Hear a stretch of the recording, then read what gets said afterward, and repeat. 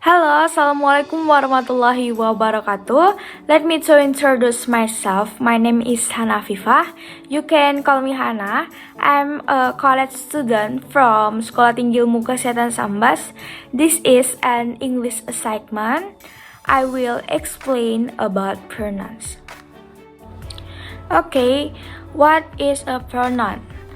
A pronoun is defined as a word or phrase that is used as a substitution for a noun or noun phrase, which is known as the pronoun's antecedent. Pronouns are short words and can do everything that nouns can do and are one of the building blocks of a sentence.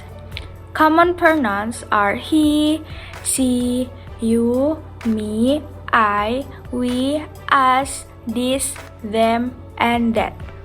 A pronoun can act as a subject, direct subject, indirect object, object of the preposition, and more, and takes the place of any person, place, animal, or thing. So coffee becomes it. Barbara becomes she. Jeremy becomes he. That the team becomes they, and in a sentence.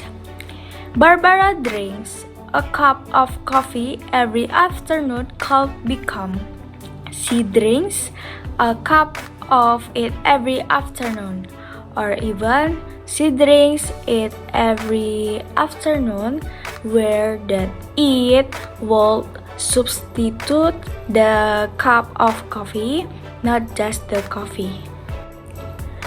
Without pronouns, we constantly have to repeat nouns, and that will make our speech and writing repetitive, not to mention cumbersome. Without pronouns, Barbara drinks a cup of coffee every afternoon. She likes to have it before dinner. Would be Barbara drinks a cup of coffee every afternoon. Barbara likes to have the cup of coffee before dinner.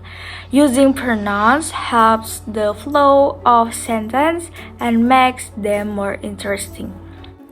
As mentioned, pronouns are usually used to replace nouns. However, they can also stand in of certain adverbs, adjective, and other pronouns.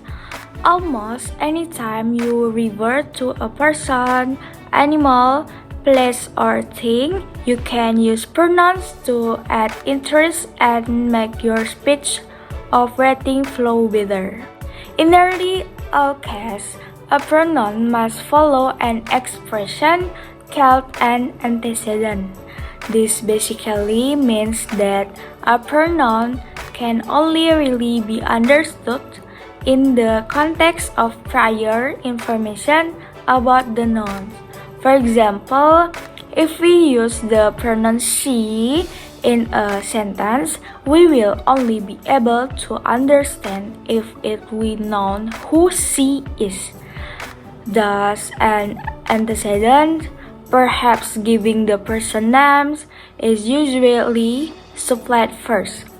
In the example above, Barbara drinks a cup of coffee every afternoon. If we had never mentioned Barbara or what she drinks, it would be unclear if we said she drinks it every afternoon.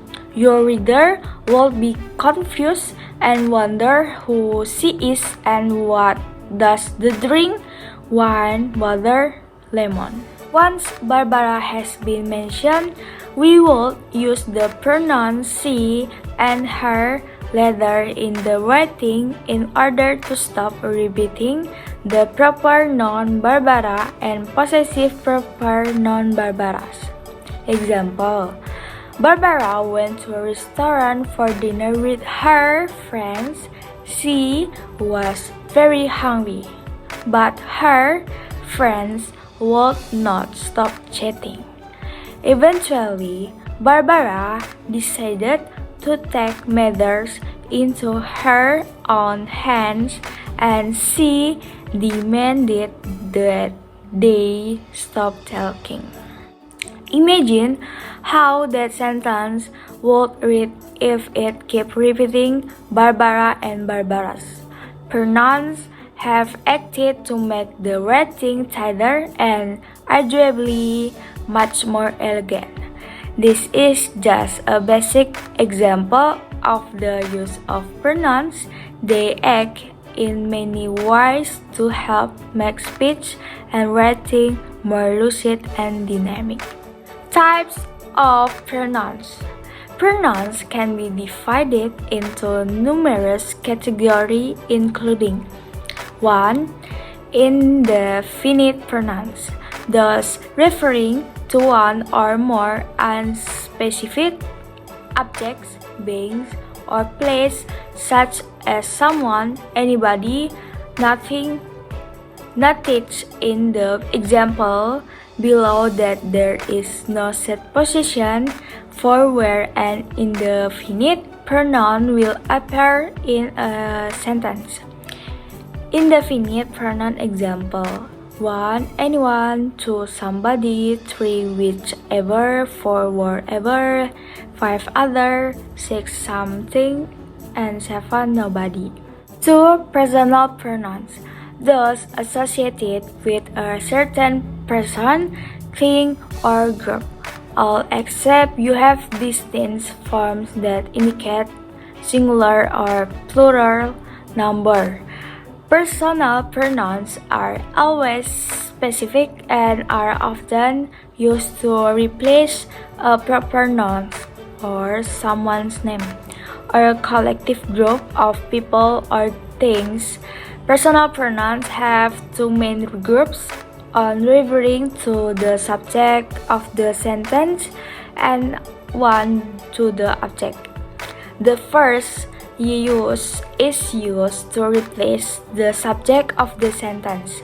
I, you, he, she, it, we, you, and they. Notice that you is repeated as you can be singular, addressing one person, or plural, addressing a group of people. 3. Reflexive pronouns, those preceded by the adverb, adjective, pronoun, or noun to which the reverb and ending in self or selfless. Reflexive pronouns are used to refer back to the subject or clause of a sentence. The list of reflexive pronouns includes myself, yourself, himself, herself, itself, ourselves, yourselves, themselves. 4. Demonstrative pronouns, thus used to point to something specific within a sentence. There are only 4 demonstrative pronouns: this, that, this, those, but the usage can be a bit tricky at times. This and that are singular, whereas this and those are plural. As you may have noticed, there can be some crossover with indefinite pronouns when using this and that. While it can be confusing, this, that, this, and thus can sometimes be used as demonstrative adjective. The difference between the two is that a demonstrative pronoun replaces the noun and a demonstrative adjective qualifies the noun. Example: I prefer this photo. These flowers are beautiful, but those fish belong to Danny. Did you see that rainbow? It should be clear that this, that, this, and those in the example above are not pronouns because they are being used to qualify the noun but not replace it. 5. Possessive pronouns, thus designating possession or ownerships. Example include mine, its, hers, his, yours, ours, theirs, whose. Consider the example, this cat is mine. Mine is indicating possession, that the cat belongs to me. Incidentally, this in the sentence is not a pronoun, but demonstrative adjective as it qualifies the noun cat. You will find that possessive pronouns often follow phrases that contain demonstrative adjective. 6. Relative pronouns, those which revert to nouns mentioned previously, acting to introduce an adjective or relative clause. They will usually appear after a noun to help clarify the sentence or give extra information. Examples include who, which, that, whom, whose. Consider the following sentence. The man who stole the car went to jail. The relative pronouns who act to revert back to the noun man. It acts to open a clause by identifying the man as not just any man, but the one who stole the car. 7. Interrogative pronouns, those which introduce a question. Examples include who, whom, whose, what, which. We can usually identify an interrogative pronoun by the fact that they often appear at the beginning of a question. Whom and who are often confused, and even native speakers will use them incorrectly. Who will replace the subject of a sentence, whereas whom will replace the direct or indirect object.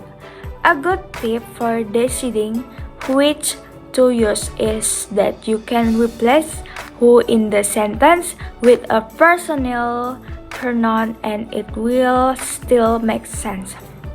Who will come to the party? I will come to the party. The same system would not work for whom did you tell?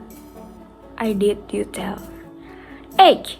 Reciprocal pronouns, thus expressing mutual action or relationship. There are just 2 reciprocal pronouns in English, one, another, and each other. They are mainly used to stop unnecessary repetition in a sentence, but also to reinforce the idea the collective and reciprocal action are happening to more than one person or thing. John and Mary gave each other gifts. Using each other allows us the sentence to be more efficient than John gave Mary a gift and Mary gave a gift to John.